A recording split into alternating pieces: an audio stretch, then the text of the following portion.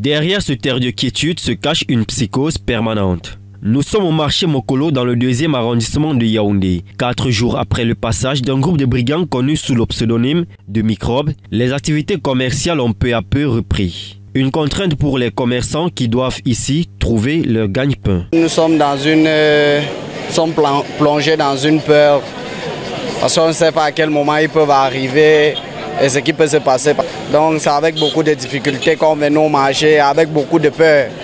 On a des familles à nourrir, on a des choses à faire, donc on ne va pas laisser nos activités. Le phénomène de Microbe, ces brigands dont l'âge au ski entre 15 et 35 ans attaquent boutiques, piétons, motocyclistes et automobilistes à l'arme blanche. Ils ont réussi à imposer aux commerçants une ligne de conduite à suivre indépendamment de leur volonté. Chaque fois qu'il pleut, ils sortent toujours.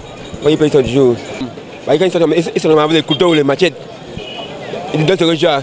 Donc tu ne donnes rien, ils te poignent, mais parce qu'ils ne couvrent rien sur toi. Ils te poignent, ils ne fuient pas. Quand il pleut maintenant, c'est là. Avant la pluie, on emballe, on part. Non loin de là, à force d'en avoir l'habitude, la peur de plusieurs jours s'est transformée en frayeur de quelques instants. Je ne dois pas être quoi. Il est un homme comme moi. S'il vient avec le matériel, on ne peut pas manquer le matériel. Ici, là, ils vont nous trouver ce que sur place. On n'a peur de rien. On court, on revient le lendemain. Je courais même le jour là avec les chaussures à main jusqu'à 5 000 francs. Les gens couraient partout. On va faire comment? On est habitué avec. Il va mal. On souffre.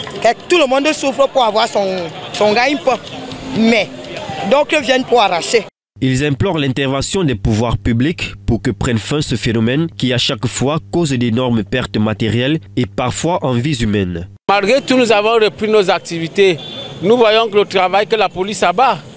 Il y a quelques instants même, j'en ai vu, j'étais dans un pick-up là. Il faut que l'État les mette hors état de nuit.